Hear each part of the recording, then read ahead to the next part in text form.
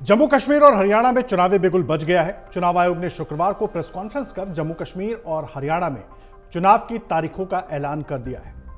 देखिए, चुनाव आयोग की घोषणा के अनुसार जम्मू कश्मीर में विधानसभा के चुनाव 18 सितंबर से 3 चरणों में होंगे। वहीं हरियाणा में 1 अक्टूबर को वोट डाले जाएंगे और 4 अक्टूबर को दोनों ही राज्यों के नतीजे घोषित किए जाएंगे। मुख्य चुनाव आयुक्त राजीव कुमार ने क्या कुछ कहा तारीखों का ऐलान करते हुए, आइए आपको सुनवाते हैं। Elections in J&K will be held in 3 phases. So this is a shorter period.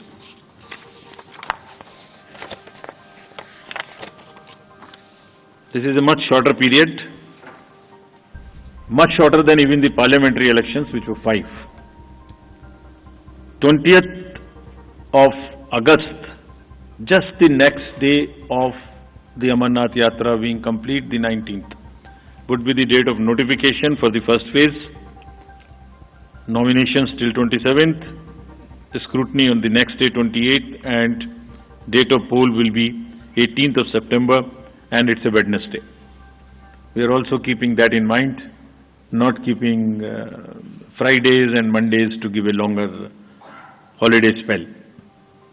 Second phase would be on 29th of August, and the statutory period of nominations and all, poll being on 25th of September, and phase 3, nomination on 5th of September, and every voting finishing on 1st of October.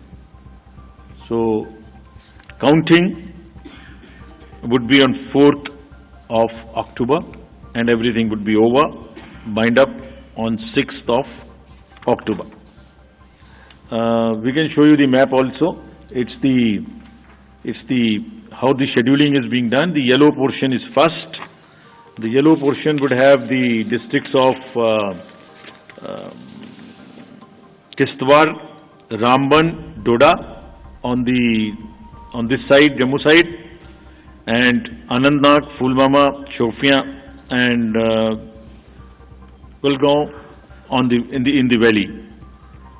The second phase would be Gandarbal, Srinagar, Badgaon on the valley, in the valley side, and on the Jammu side, Poonch, Rajouri, and Riyasi. And then the forces move up. So North Kashmir in the upper regions, and also the Jammu and Udhampur, Samba, and the Kathua region. This is what would be the schedule there. विधानसभा चुनावों की घोषणा का सभी दलों की तरफ से स्वागत किया गया और अपनी सरकार बनने का भी दावा किया गया। तो जरा आप सुनिए, चुनाव की तारीखों के ऐलान के बाद हरियाणा के पूर्व मुख्यमंत्री भूपेंद्र सिंह हुड्डा और केंद्रीय मंत्री मनोहर लाल खट्टर, यानी कि हरियाणा के पूर्व मुख्यमंत्री, उन्होंने क्या कुछ कहा। हरियाणा में कांग्रेस पूरी तरह से तैयार है, लोग भी तैयार हैं। लोग छत्तीसगढ़ ने फैसला कर रखा है, ये अगली सरकार कांग्रेस पार्टी की सरकार होगी। केंद्रीय चुनाव आयोग ने 2 प्रदेशों के चुनाव की घोषणा की है, जिसमें हरियाणा और जम्मू कश्मीर। आज से आचार संहिता लगी है और हरियाणा में तो 1 फेज में चुनाव होगा, जम्मू कश्मीर में 3 फेज में चुनाव होगा। और दोनों प्रदेशों का जो चुनाव का रिजल्ट है, जैसा उन्होंने बताया है कि 4 अक्टूबर को रिजल्ट आएगा, और उस नाते से अब दोनों प्रदेशों में जो चुनाव हैं वो अपने निश्चित समय पर हो रहे हैं। जहां तक हरियाणा की बात है, मैं स्वागत करता हूं इस चुनाव की घोषणा का, और निश्चित रूप से हमारा कार्यकर्ता चुनाव लड़ने के लिए अपने बहुत पहले से तैयारी कर रहा है। और इसमें निश्चित रूप से जैसे केंद्र में नरेंद्र मोदी जी के नेतृत्व में तीसरी बार सरकार बनी है, इसी प्रकार हरियाणा में भी भारतीय जनता पार्टी की तीसरी बार सरकार बनेगी। और निश्चित रूप से हम जनता को जो सहूलतें पिछले 10 साल से दे रहे हैं, उन सहूलतों को आगे बढ़ाएंगे। कांग्रेस के जो थोथे नारे हैं, जिस प्रकार से उन्होंने लोकसभा में किया, उस प्रकार से उनकी कोशिश विधानसभा में करने की रहेगी, लेकिन जनता का विश्वास उठ चुका है, और ऐसे सब थोथी बातें जो कांग्रेस की हैं, उन पर हरियाणा की जनता विश्वास करने वाली नहीं। हमारा चुनाव प्रचार तो क्योंकि पहले से चल रहा है, इसलिए जितना जल्दी होगा उतना ही अच्छा रहेगा। हम तो चाहते हैं कि जल्दी हुआ तो अच्छी बात हुई है, और हमारे पास चुनाव प्रचार के लिए अलग से हमें चुनाव घोषणा होने के बाद समय की जरूरत होती है, ऐसा नहीं है। हमारा कार्यकर्ता तो दिन रात और हमेशा तैयार रहता है, चुनाव कभी आ जाए। चुनाव आया है, इसका मैं स्वागत करता हूं और हम इस चुनाव में सफल होंगे। वहीं जम्मू कश्मीर की बात करें तो गुलाम नबी आजाद ने जम्मू कश्मीर विधानसभा चुनाव की घोषणा पर कहा कि जम्मू कश्मीर में 10 साल बाद चुनाव हो रहे हैं, हम इसका स्वागत करते हैं। पूरी बात आपको सुनवाते हैं। ये पहली दफा है कि 10 साल के बाद इलेक्शन हुए। इससे पहले लंबा समय जब था वो गवर्नर रूल हुआ था 1990 में, और 6.5 साल के बाद इलेक्शन हुए थे 96 में समर में। तो 6.5 साल लंबा समय था, लेकिन इस साल ये इस दफा 10 साल के बाद हो रहे हैं। तो पूरा देश, पूरा मीडिया, और मीडिया से ज्यादा और लीडरों से ज्यादा जम्मू कश्मीर के मतदाता, चाहे वो जम्मू प्रोविंस के हों, कश्मीर के प्रोविंस में हों, 10 साल से इंतजार कर रहे हैं कि विधानसभा के इलेक्शन कब हों। हम इन इलेक्शनों का स्वागत करते हैं, चाहे देर से हुए, अभी तो हो गए। इलेक्शन कमीशन का, गवर्नमेंट का, सबका बहुत बहुत शुक्रिया। और हमें पूरी आशा है कि इलेक्शन फ्री और फेयर होंगे। और फ्री और फेयर से ज्यादा आजकल जो पिछले कुछ महीनों से फेयर है, आतंकवाद मुड़ के आया है और जम्मू सूबा में ज्यादा उसका असर है।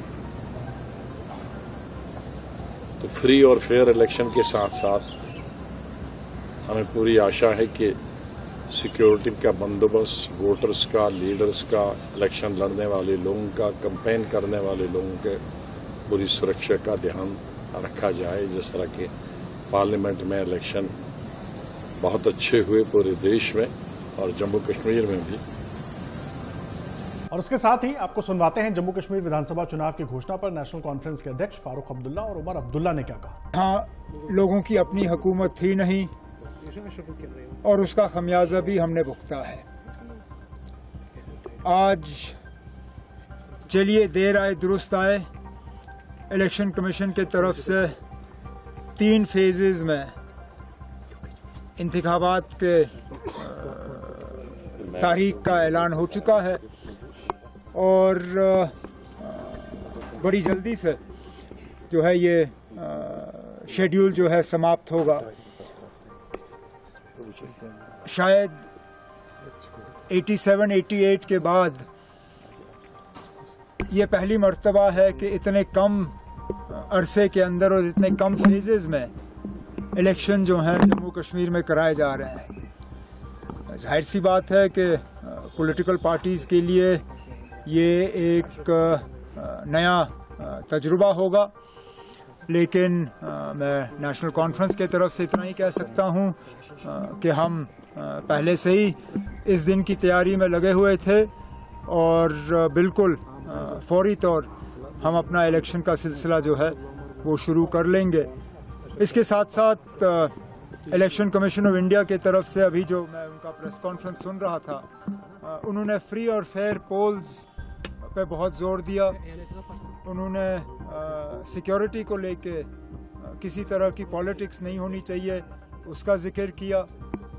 तो मैं फौरी तौर इलेक्शन कमीशन से गुजारिश करना चाहता हूं, हम उन्हें एक चिट्ठी भी भेज रहे हैं आज कि लगातार पिछले 24 घंटे में जो बेशुमार यहाँ ट्रांसफरें हुई, इलेक्शन कमीशन को उनका फौरी तौर जायज़ा लेना चाहिए।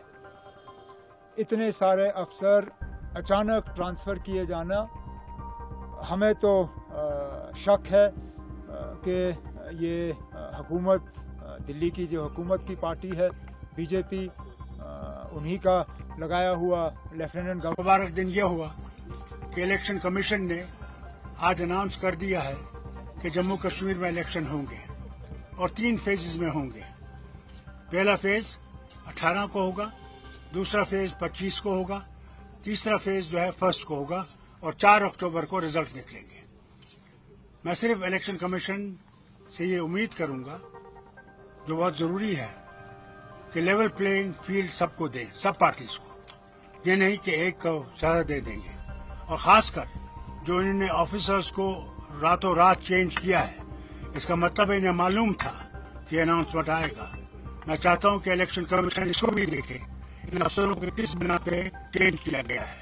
कांग्रेस नेता गुलाम अहमद मीर ने जम्मू कश्मीर विधानसभा चुनाव की तारीखों की घोषणा पर कहा कि मैं इसका स्वागत करता हूं। लोगों को अब एक अच्छी पार्टी, अच्छे लोगों को चुनने का मौका मिलेगा जो सदन में राज्य की बहाली के लिए अपनी लड़ाई जारी रखेंगे। मैं तो इसका स्वागत करता हूं।